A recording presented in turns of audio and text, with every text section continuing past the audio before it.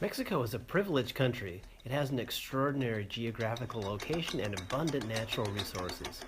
It is the 14th richest economy in the world and is populated by millions of talented and hard-working people.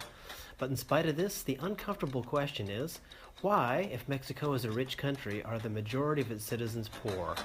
What is the problem of the distribution of wealth? What is happening? Here I present some answers I've gotten from a recent report for Mexico by Oxfam and from the book El País de Uno. Looking at Mexico as a whole, it is the second most unequal country in Latin America, and this region is the most unequal on the planet.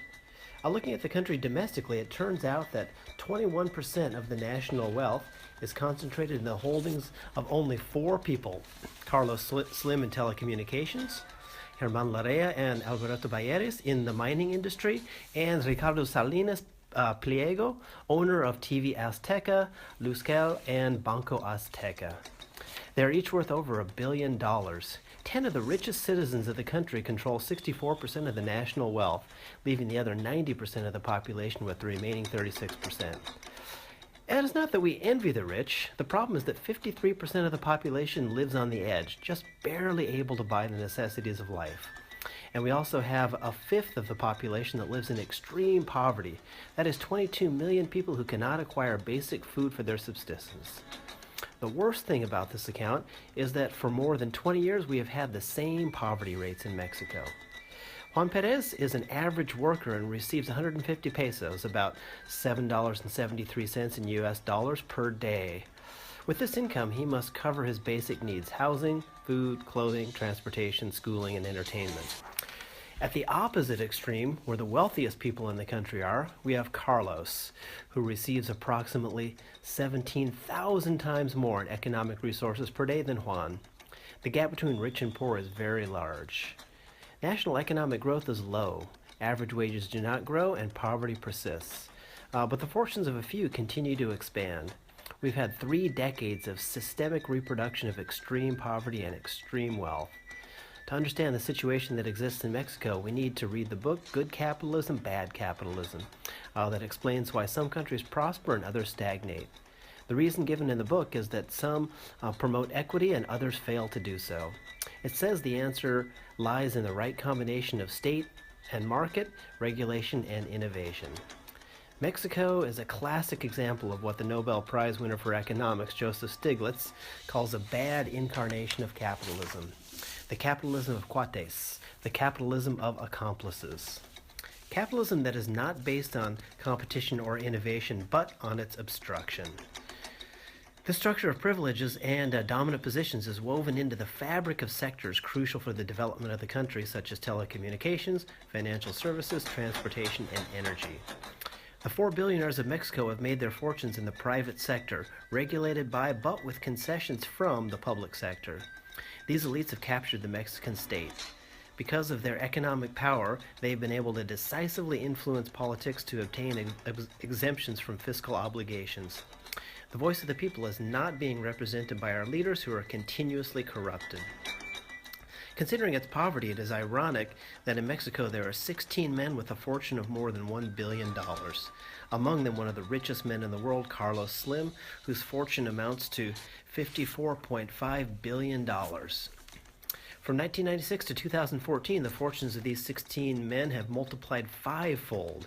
In contrast, the rate of growth of the GDP per capita is just over 1% annually.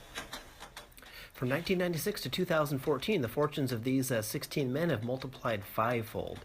In contrast, the rate of growth of the GDP per capita has grown just over 1% annually on average. In this period, 1996 to 2014, it has only grown around 26%, growth well below the increase in fortunes of the Mexican billionaires. What the government collects is small compared to the profits of the elite of Mexican millionaires, resulting in an insufficient distribution of wealth. For example, the education sector is affected in a negative way, since 48% of public schools do not have adequate sewer systems, 31% lack access to potable water, and 11.2% do not have access to electricity. This is shameful and unacceptable. It is obvious that the distribution of wealth in Mexico is ineffective when it comes to making the lives of ordinary citizens better. One of the big problems is that our fiscal policy disproportionately favors people with higher incomes because fiscal policies are not progressive. The Mexican economic elite has managed to greatly influence the design and structure of the tax system, which is why our fiscal policy does not respond to an unequal economy with tax instruments that are designed to significantly reduce the income gap between rich and poor. Fiscal policy seems to be designed so that the redistributive effect of policy is minimal, if not null. The fiscal structure in Mexico is much more aimed at taxing consumption than personal business income. Consumption taxes are regressive because relatively poor households, just such as that of Juan Perez, tend to spend a higher percentage of their income than relatively wealthy households, such as that of Carlos. In an economy as unequal as Mexico's, this means that poor households may end up paying, in the form of taxes, more than wealthy households, despite exemptions for some products. There are other aspects of the Mexican tax system that favor those who earn more. An example is the marginal income tax rate, which is one of the lowest of all of the OECD countries. Another example is the way in which dividend income is taxed. The sum of business and personal income taxes gives a total combined rate of 30%. The personal rate is 0%. This is 42% below the OECD average. Finally, until very recently, in Mexico there were no taxes on capital gains in the stock market, and what we have today is subject to multiple exemptions. There is also no inheritance tax. In addition, the capacity of the tax collection system is small, and despite this, 92% goes to salaries and salaries for public servants. In addition, there is corruption, especially at the municipal and state level, because there is not enough transparency or accountability. So it is redistributed inadequately and poorly.